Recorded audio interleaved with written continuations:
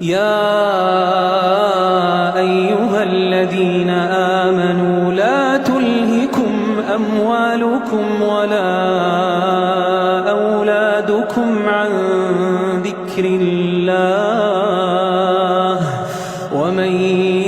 يفعل ذلك فأولئك هم الخاسرون وأنفقوا مما رزقناكم من قبل أن يأتي أحدكم الموت فيقول رب لولا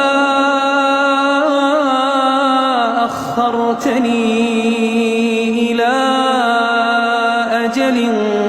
قريب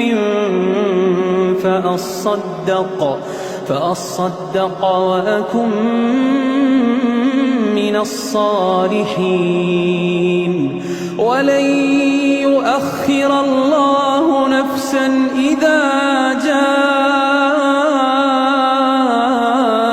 أجلها والله